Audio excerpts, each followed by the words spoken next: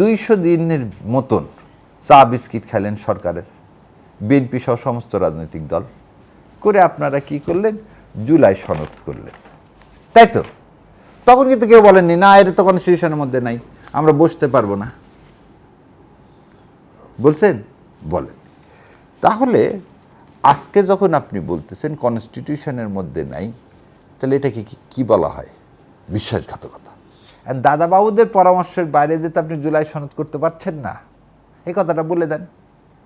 দাদাবাবুর কথা রাখবেন, দেশের মানুষ ফেলে দেবে আপনাকে, আর দেশের মানুষের কথা রাখলে দাদাবাবু ফেলে দেবে। এই জায়গায় এখন আছেন কে? সালাউদ্দিন সাহেব। 12ই এপ্রিল যদি জুলাই সনদ পাশ না হয়, রাস্তায় নামা ছাড়া কোনো গতি নাই। 1971 সালে আমাদের যে মহান স্বাধীনতা হয়েছে, যে স্বাধীনতা বা মুক্তির যুদ্ধ হয়েছে, এই মুক্তির যুদ্ধ ছিল বৈষম্যর বিরুদ্ধে। কি বৈষম্য? যে পাকিস্তান সরকার পূর্ব পাকিস্তান এবং পশ্চিম পাকিস্তানের মধ্যে ইকোনমিক, অর্থনৈতিক, রাজনৈতিক, সামাজিক সর্বক্ষেত্রে পশ্চিম পাকিস্তান পূর্ব পাকিস্তান থেকে এগিয়ে ছিল। আর পূর্ব পাকিস্তান পশ্চিম পাকিস্তানের চেয়ে ডেভেলপ ছিল না। এই ছিল মূল কথা। এই মূল কথার উপর ভিত্তি করে পাকিস্তান সৃষ্টির পর একটা সংবিধান দিতে 14 বছর লেগে গেল। প্রথম যে সংবিধান 62 সালে দিলেন, বেসিক ডেমোক্রেসির নামে, জেনারেল আইয়ুব খান, সেখানে সার্বজনীন ভোটাধিকার ছিল না। এই সার্বজনীন ভোটাধিকার না থাকার একটা কারণ ছিল যে পূর্ব পাকিস্তানের লোক সংখ্যা বেশি। তো সার্বজনীন ভোটাধিকার দিলে পূর্ব পাকিস্তানের যে কোনো রাজনৈতিক দল সে সংখ্যাগরিষ্ঠতা পেয়ে যেতে পারে। এই কারণেই কিন্তু আইয়ুব খান সেখানে তার বেসিক ডেমোক্রেসিতে সার্বজনীন ভোটাধিকার দেন নাই।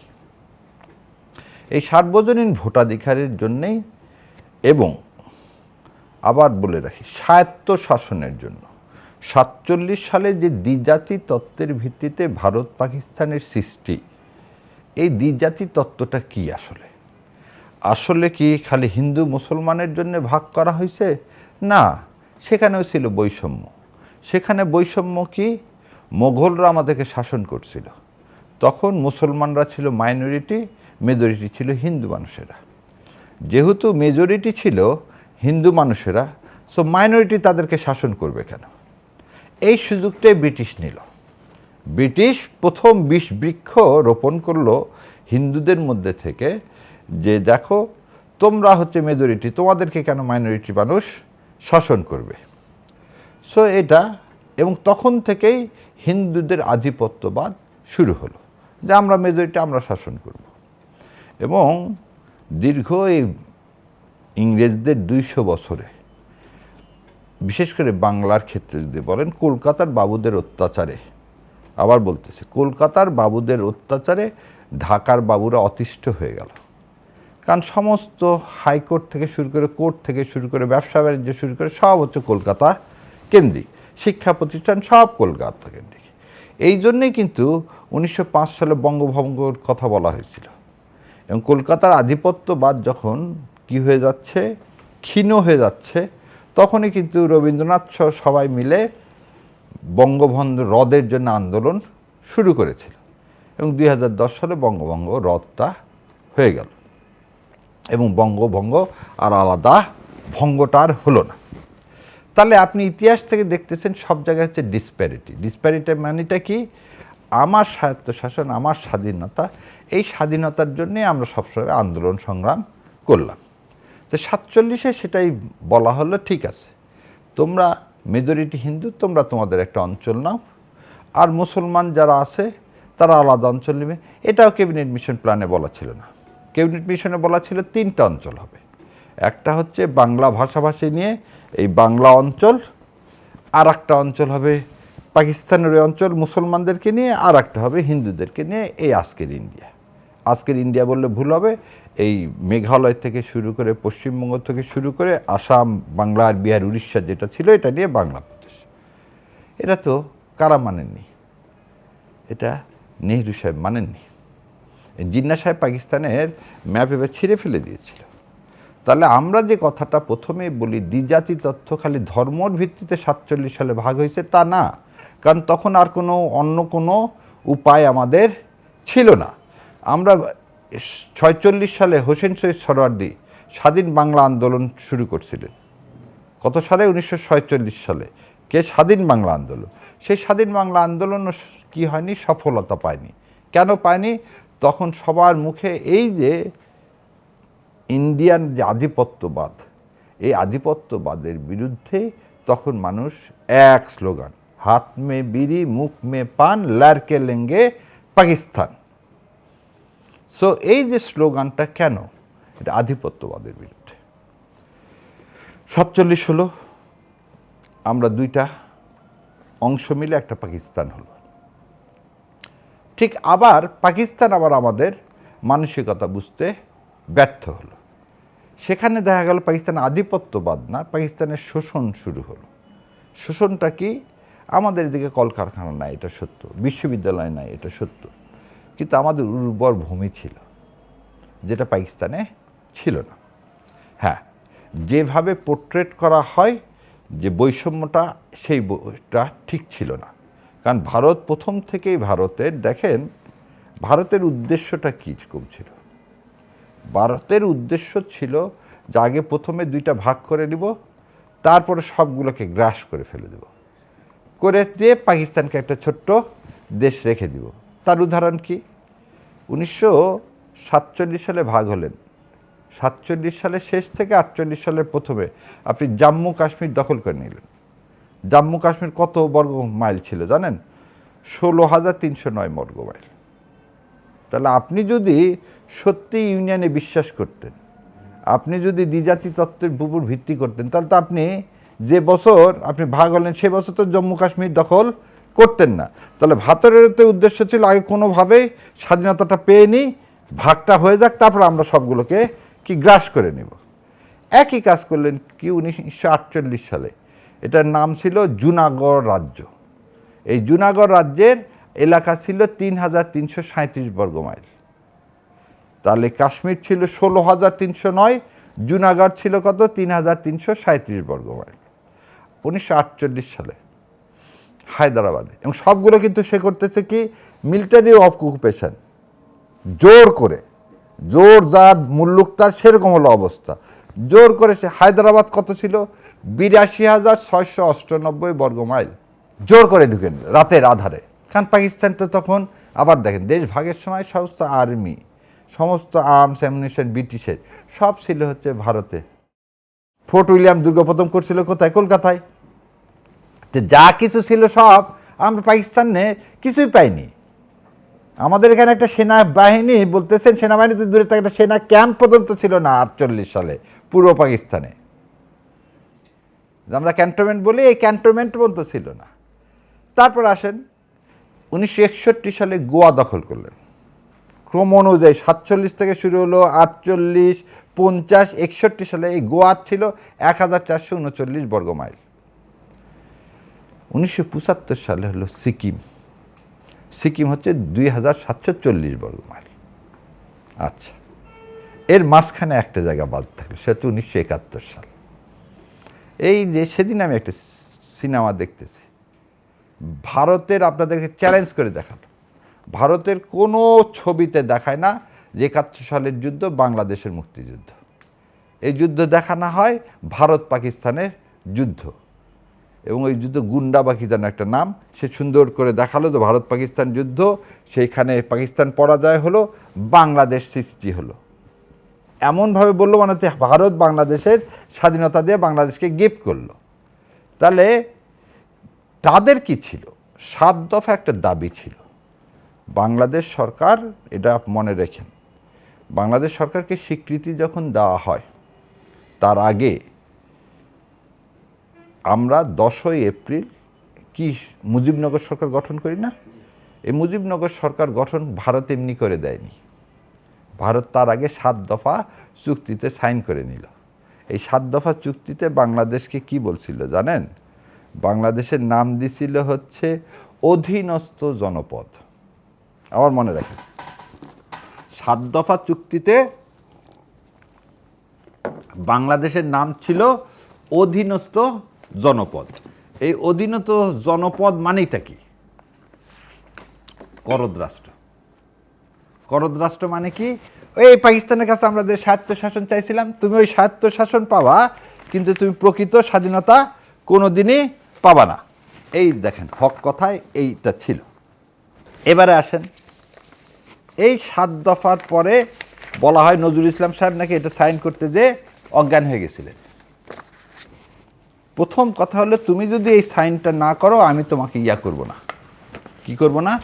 কোনো তোমার শরণার্থী ঢুকতে দিব না। তাহলে মানুষ যাবে কোথায়? মানুষ যাবে কোথায়? মৌলানা ভাসানীকে পর্যন্ত তারা অ্যারেস্ট করছিলেন 71 সালের যুদ্ধের সময়। মৌলানা ভাসানী ওপার গেলেন, তাকে গৃহবন্দী করে রেখে দিলেন। সো ভারত 47 থেকে 75 পর্যন্ত টোটাল 1,05,084 বর্গ মাইল, 1,05,084 বর্গ মাইল হচ্ছে তিনি কি করলেন? অধিগ্রহণ করলেন জোরপূর্বক, যেটা জার্মান বা পোল্যান্ডের মতো দেশের চেয়েও বড়। মানে আমরা যে দুই পাকিস্তান করছে, আমাদের চেয়েও দ্বিগুণ জায়গা ভারত কি করছেন 47 সাল থেকে 75 সাল পর্যন্ত অধিগ্রহণ করলেন। 62 সালে তার খুব স্বাদ হয়েছিল তিব্বত দখল করার। চীনের বাড়ি খেয়ে পিছিয়ে চলে আসলেন। তো যদি তিব্বতটাও দখল করতে পারতেন, তাহলে ভারতের প্রথম থেকে ইন্টেনশনটা কি? আগ্রাসনী। তো হচ্ছে আগ্রাসনবাদ। আগ্রাসন মানে কি? অন্যের স্বাধীনতাকে যে কখনো সম্মান করে না, যে অন্যের ভূমিকে নিজের মধ্যে নিয়ে আসতে চায়, যে অন্য মানুষের স্বীকৃতি দিতে চায় না, তাকেই বলা হয় কি? আগ্রাসন। আপনি আমাকে বলেন তো, 47 সাল থেকে 71 সাল পর্যন্ত পাকিস্তান কোথায় আগ্রাসন করলো? পাকিস্তান 71 বাদ দেন, আজ পর্যন্ত পাকিস্তান কোন জায়গাটা দখল করছে? পাকিস্তান তাহলে দখল করেনি। তাহলে পাকিস্তান দখলদার না। আপনি যখন, অনেকেই আজকে বুদ্ধিজীবীরা বলতে 71 সালে পাকিস্তান দখলদার ছিল। আর আপনি তো পাকিস্তান, আপনাকে দখল করবে কি? দুই পূর্ব আর পশ্চিম পাকিস্তান মিলে তো পাকিস্তান। আর ভারত, কলকাতার লোক কি বলবে যে ইন্ডিয়া দখলদার? তাহলে হবে? আপনি বরং কি বলতেছেন? আমি তোমার সাথে থাকবো না। তাই তো 25 তারিখ পর্যন্ত, 25শে মার্চ পর্যন্ত শেখ সাহেব কি চাইছিলেন? শেখ সাহেব চাইছিলেন যে বাংলাদেশের মানুষের স্বায়ত্তশাসন হোক। কিসের উপর ভিত্তি করে? 70 সালে ইলেকশনের উপর ভিত্তি করে। 70 সালে নির্বাচন হলো। নির্বাচনের পর কি হলো? নির্বাচনের পর আমরা সংখ্যাগরিষ্ঠতা পাইলাম। আমাদেরকে ক্ষমতায় যেতে দেওয়া হচ্ছে না, তালবাহানা করা হচ্ছে। তাহলে মানুষের, জনগণের রায়ের প্রতিফলন যখন ঘটানো হয় না, তখনই কি হয়? বিস্ফোরণ হয়। এবং তখনই কি হয়? বিপ্লবের সূচনা হয়। তাহলে এই পর্যন্ত খালি মাথায় রেখে দেন, 70 সালে আপনি ভোটে জিতলেন, জেতার পর আপনার ভোটের অধিকার ছিনিয়ে নিল। এবং ছিনিয়ে নিয়ে কি করলো? আপনাকে সংসদে বসতে দিল না। খালি সংসদে না, আপনাকে দেশকে শাসন করতে দিল না, অন্যায়ভাবে। এই যে অন্যায়টা হলো, সেই অন্যায়ের প্রতিবাদে আমরা কি করলাম? আমরা যে স্বায়ত্তশাসন চাইছিলাম, সেই স্বায়ত্তশাসন তারা যখন 25 তারিখ রাতে মানে পাকিস্তান সেনাবাহিনী তার নিজের দেশের মানুষের উপর আক্রমণ করলো। কথা তো তাই, নিজের দেশের মানুষের উপরেই তো আক্রমণ করছে। এবং সেদিন রাতে যখন ঢাকা বিশ্ববিদ্যালয় থেকে বিভিন্ন জায়গায় আক্রমণ করলেন, আমরা সেটাকে কি বললাম? কালো রাত্রি বললাম না? এবং বললাম যে মুক্তিযুদ্ধ, আমরা তোমার সাথে থাকব না। আমরা আমাদের নতুন কনস্টিটিউশন তৈরি করব, আমরা আমাদের নতুন সংবিধান তৈরি করব। সেম ঘটনা কিন্তু 24 সালে শেখ হাসিনা তার নিজের মানুষের উপরে গুলি চালালো। এবং আমরা বললাম, আমরা তোমার অধীনে থাকবো না, আমরা তোমার অধীনে থাকবো না। এবং তুমি যে সংবিধান দিয়ে আমাদেরকে শাসন করতেছ, এই সংবিধানের আন্ডারে আমরা থাকবো না। এইটা ছিল মূল কথাটা। সেখানে কি তিনটে দাবি আসলো? সংস্কার। কিসের সংস্কার? এই সংবিধান, যে সংবিধান দেশের মানুষের উপর গুলি চালানোর ম্যান্ডেট দেয়, সেই সংবিধানের আন্ডারে আমরা থাকবো না। বিচার কিসের করতে হবে? যেমন যে যুদ্ধ অপরাধীর বিচার করলেন, তাহলে শেখ হাসিনাও যুদ্ধ অপরাধী করছে, যুদ্ধ অপরাধ করছে, কারণ সে নিজের দেশের মানুষের উপরে গুলি চালাইছে। পাকিস্তানে যেটা করছে শেখ হাসিনাও একই কাজ করছে, অতএব শেখ হাসিনার বিচার করতে হবে। তাহলে কি গেল? একটা সংস্কার, আর একটা গেল বিচার। আর একটা কি দাবি ছিল? কি? নির্বাচন। কে? আমরা আমাদের কে কি করব? আমরা আমাদেরকে স্বশাসন করব। এই স্বশাসন যখন বলা হচ্ছে তখন মানেটা কি?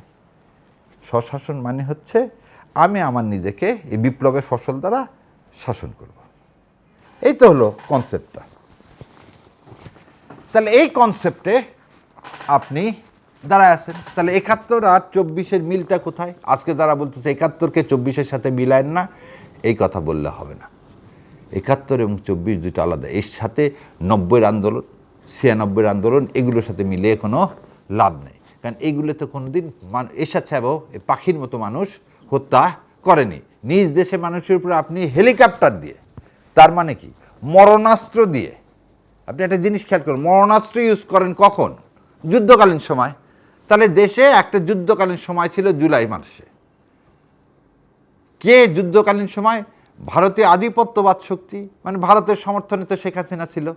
তাহলে ভারতের সাথে যুদ্ধটা কার? বাংলাদেশের জনগণের।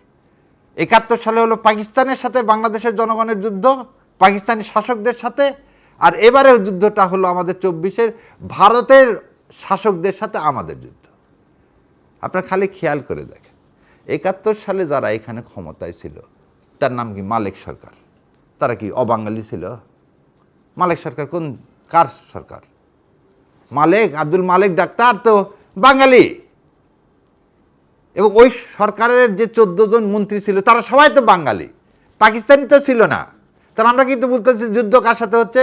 পাকিস্তানের সাথে হচ্ছে। তা আমারই লোক তো, কি জন্যে? তারা পাকিস্তানকে সমর্থন করছে, তারা পাকিস্তানকে সমর্থন করছে, সেজন্য আমরা বলছি কি পাকিস্তানের সাথে যুদ্ধ। আর এবারে দেখেন আপনি, একই কাজ হয়েছে ভারতীয় আধিপত্যবাদের বিরুদ্ধে। কেন বলতেছি? ভারতের কাছ থেকে সাহায্য সহযোগিতা নিয়ে হাসিনা ১৫ বছর বিনা ভোটের শাসন করছে। এবং আপনারা এটাও খেয়াল করে দেখেন, রাস্তায় কিন্তু তখন অনেক মানুষকে আমরা দেখতে পাইছি যারা হিন্দিতে কথা বলছে। এবং ৫ তারিখে আপনারা এটাও জানেন যে অনেকজন এয়ারপোর্ট দিয়ে চলে গেছে স্পেশাল প্লেনে ভারতের। তার মানে কি ২৪-এর যে যুদ্ধ, এই যুদ্ধ হচ্ছে ভারত আধিপত্যবাদের বিরুদ্ধে, ৭১-এর যুদ্ধ ছিল পাকিস্তানি আধিপত্যবাদের বিরুদ্ধে। তাহলে এই দুটা কি? জনযুদ্ধ। এই দুটাই জনযুদ্ধ, একে ভাগ করার কোনো সুযোগ নাই। তাহলে পাকিস্তানের যে যুদ্ধটা হয়েছিল ৭১ সালে, সেটার ছিল কি? ৬২ সংবিধান। ৬২ সংবিধান আমার ভাত ও ভোটের অধিকার কেড়ে নিছে। আর ২৪-এর জনযুদ্ধ কার বিরুদ্ধে? এই ৭২-এর ইন্ডিয়ার কনস্টিটিউশনের বিরুদ্ধে। বোঝা গেছে? আচ্ছা, এবার আসেন এই সংবিধানটা কি? সংবিধানটা মানুষকে আমি অনেক সময় বলি, আচ্ছা এই সংবিধান পৃথিবীতে, আমি কি বললাম প্রথমে, ৪৭ সালে আপনি জন্ম হয়েছে, ৬২ সালের আগ পর্যন্ত পাকিস্তান সংবিধান দিতে পারেনি। কত বছর লাগছে? ৩ বছর, আর এদিকে হচ্ছে ১২ বছর, ১৫ বছর। ১৫ বছর লাগছে একটা কনস্টিটিউশন দিতে। ভারতের কনস্টিটিউশন ৪৭ সালে ভারত স্বাধীন হয়েছে, ভারত কনস্টিটিউশন দিছে ২ বছর পর।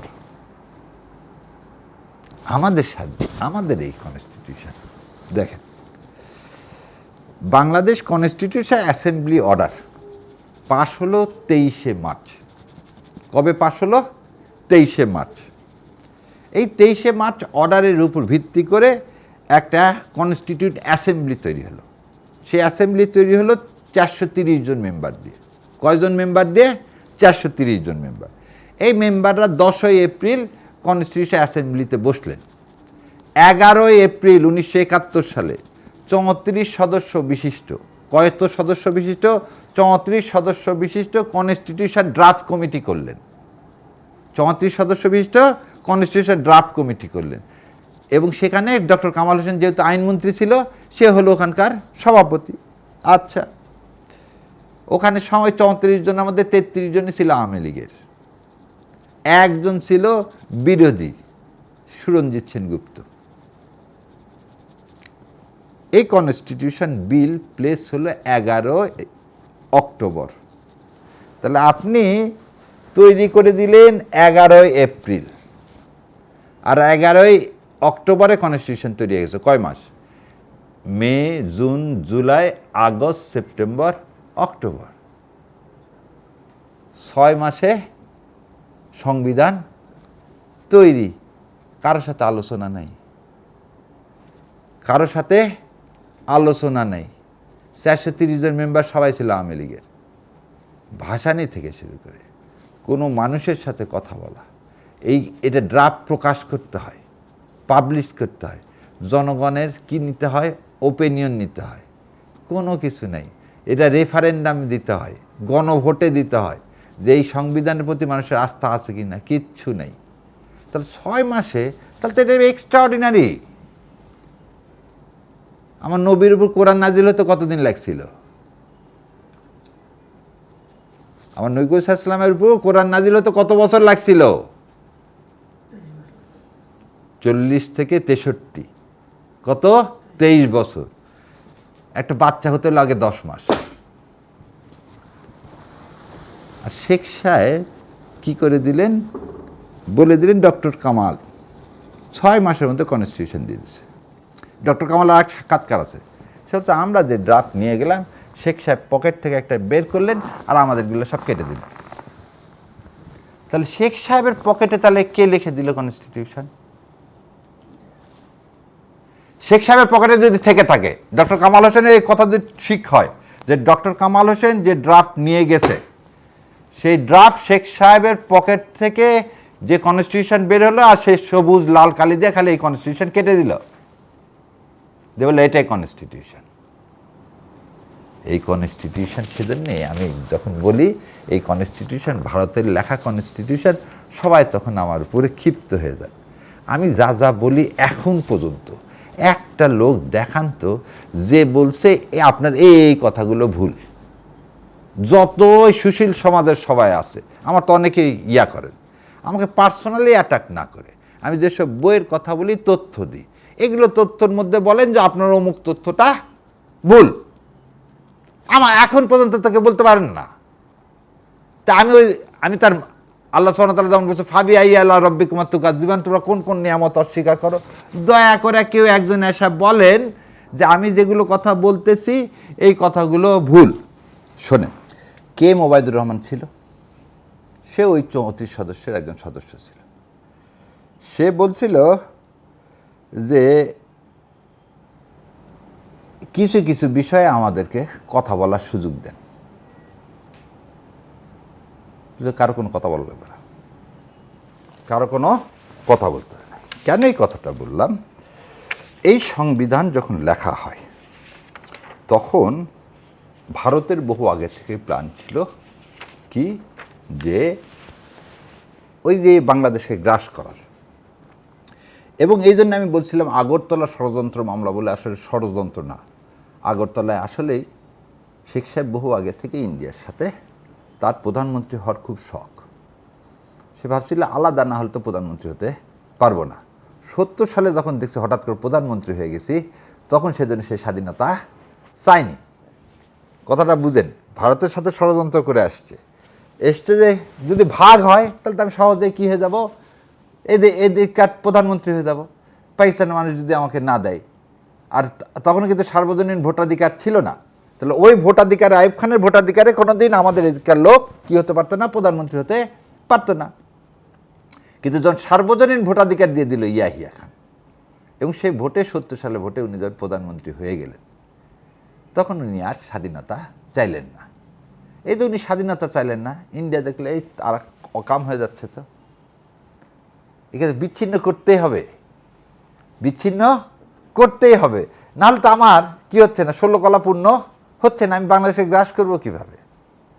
এই জন্যে সে ইভাপোরেটেডভাবে 30 লাখ শহীদের কথা বলা হয়, এই 30 লাখ শহীদের হয়নি। এবার আপনাদের সামনে বলি, ডক্টর আলিম থেকে শুরু করে 71 সালে যত বুদ্ধিজীবীর কথা বলা হয় তারা তাহলে ঢাকা শহরে থাকলো কিভাবে? বুদ্ধিজীবী যত হত্যা করা হয়েছে তার সবাই ঢাকায় ছিল। 9 মাস যুদ্ধের সময় কি তারা কোথায় ছিল?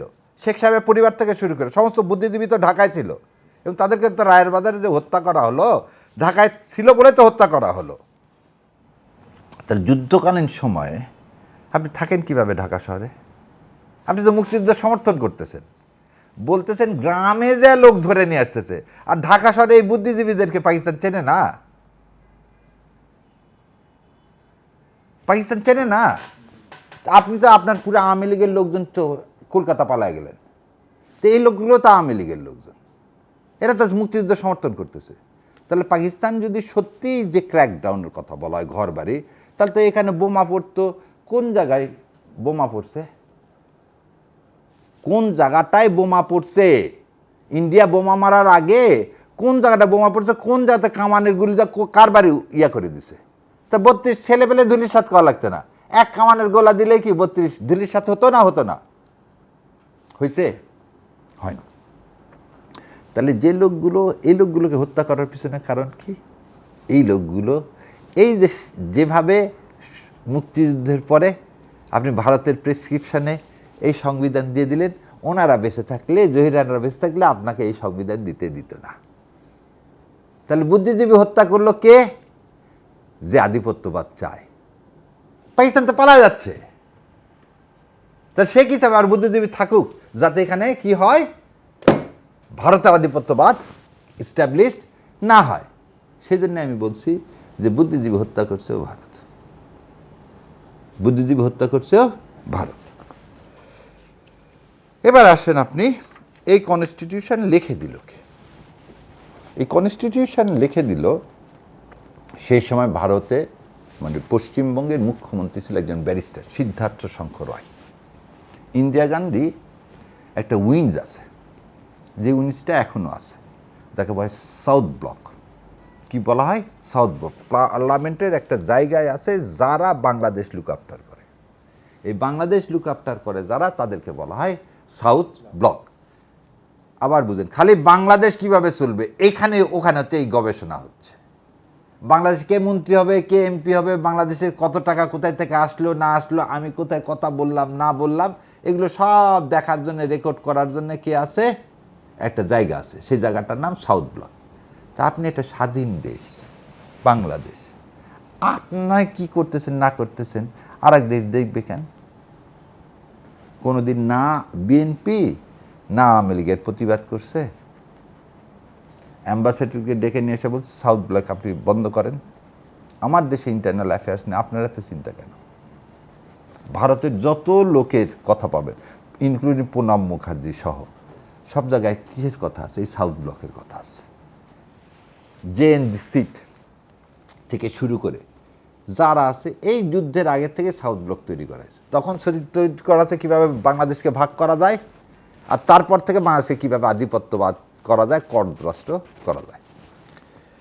তো এই সিদ্ধার্থ শঙ্কর রায়কে ওই সাউথ ব্লক দায়িত্ব দিলে, সিদ্ধার্থ শঙ্কর রায় তখন এই ডক্টর কামাল হোসেনদেরকে বললেন তোমাদের কনস্টিটিউশন রেডি করা আছে, তোমাদের কনস্টিটিউশন রেডি করা আছে। কে লিখে দিছে? সেও একজন ব্যারিস্টার, নাম করা লয়ার, সুব্রত চৌধুরী। সে জেনিং চেম্বার থেকে এই কনস্টিটিউশন লিখে নিয়ে আসছে। এই সেই কনস্টিটিউশন, এই সেই কনস্টিটিউশন। অ্যান্ড এই কনস্টিটিউশনে আপনি কি কি পাইছেন? এই কনস্টিটিউশন হওয়ার পরে একদলীয় শাসন পাইছেন, দুর্ভিক্ষ পাইছেন, জাল ভোট পাইছেন 73 সালে। বাংলাদেশে 73 থেকে আজ অবধি কোন ভোটে ইলেকশন ইঞ্জিনিয়ারিং হয়নি? তাহলে যে কনস্টিটিউশন মানুষের ভোটের অধিকার নিশ্চিত করতে পারে না, যে কনস্টিটিউশন ভারতীয় আধিপত্যবাদ থেকে মুক্তি দিতে পারে না, সেই কনস্টিটিউশন কি আমার আপনার মুক্তির সনদ হতে পারে? যে যায় লঙ্কায় তাই হয় রাবণ। এই জন্য বলা হয়েছে যে এই কনস্টিটিউশনের বিরুদ্ধে আমার যুদ্ধ। এই যুদ্ধের কারণে আমরা সবাই কি বলছি? এক হয়েছি কিসে? 5ই আগস্ট। বা 36শে জুলাই।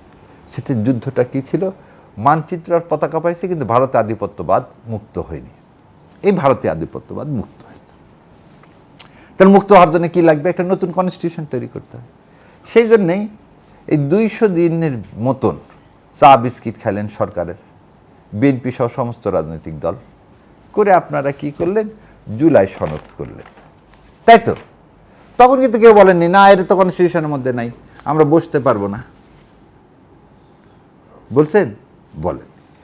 তাহলে আজকে যখন আপনি বলতেছেন কনস্টিটিউশনের মধ্যে নাই, তাহলে এটাকে কি বলা হয়? বিশ্বাসঘাতকতা।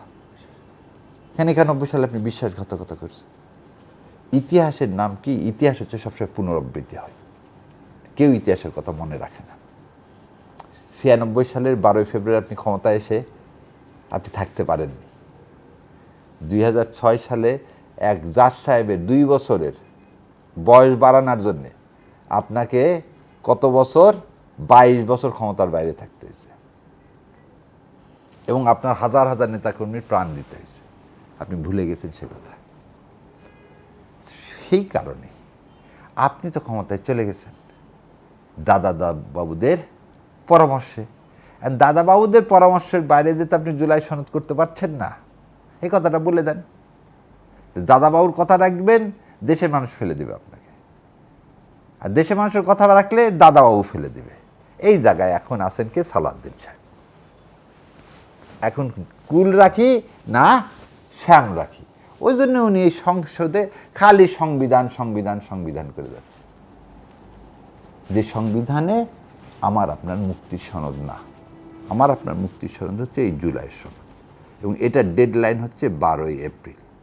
12ই এপ্রিল যদি এই জুলাই সনদ পাস না হয়, রাস্তায় নামা ছাড়া কোনো গতি নাই, কোনো গতি নাই। তাহলে রাস্তায় যদি আবার আসতে হয়, এবং এর জন্য আমি দায়ী করি ছাত্রদেরকে। সেদিন যদি ছাত্ররা এবং বাংলাদেশ জামায়াতে ইসলাম কোনোভাবেই উচিত হয়নি এই এগ্রি করা, ভারত বিএনপিকে বিশ্বাস করা, কারণ আপনি তো জানেন যে বিএনপি ভারতের এজেন্ডা বাস্তবায়ন করতেছে। তাহলে আপনি সেদিন কেন বললেন না যে রেফারেন্ডাম সংস্কার ছাড়া আমি ইলেকশনে যাব না? আপনি তো জানেন যে সমস্ত মিডিয়া এই চাল চালতেছে যে ইলেকশন ডিলি করতে চায় জামাতে ইসলাম আর এনসিপি, কারণ তারা জিততে পারবে না। আপনি ওই জায়গাতে যেতেনই না। আপনি প্রথম কথাতে স্ট্রিক্ট থাকতেন যে আগে সংস্কার, গণভোটে যাবে, সংস্কার আদেশ পালন হবে, তার উপর ভিত্তি করে নতুন কনস্টিটিউশন হবে, সেই কনস্টিটিউশনের উপরে আমি নির্বাচন করব। তাহলে আজকে এই অবস্থা হয় না। আপনাকে তো আবার ওই জায়গাতেই যেতে হবে। আজকে আমি আন্দোলন করলে কি করব? প্রথমে বলবো জুলাই সনদ বাস্তবায়ন করো। জুলাই সনদ এই কনস্টিটিউশনের আলোকে বাস্তবায়ন করা যাবে না, কারণ আপনি পুরো কনস্টিটিউশন চেঞ্জ করতে চাচ্ছেন। ওই জন্য বলা আছে সংস্কার, সংবিধান কি করার জন্য না, অ্যামেন্ডমেন্ট মানে কি? পরিবর্তন। কতটুকু পরিবর্তন করতে তাও বলা আছে। আপনি তো চাচ্ছেন সংস্কার। তো সংস্কার যখন করতে চাবেন সেটা এই সংবিধানের আলোকে হবে না। সেই জন্যই বলতেছি আবার আপনাকে ফিরে যেতে হবে, আবার আপনাকে গণমানুষের সরকার তৈরি করতে হবে, এই সরকারকে উচ্ছেদ করতে হবে, করে আপনাকে কি করতে হবে? নতুন সংবিধান লিখে তার আলোকে নির্বাচন করতে হবে। তো সেই জায়গাতেই আমরা যাচ্ছি, এটা হচ্ছে দুঃখজনক। এই জন্যই আমার মনে হয়, আমার বিশ্বাস যে 12ই এপ্রিলের মধ্যে যদি বিএনপির বোধোদয় না হয়, তাহলে এই দেশটা আবার একটা কি অনিশ্চয়তার দিকে এগিয়ে যাবে। আমরা কেউ অনিশ্চয়তা কাম্য করি না।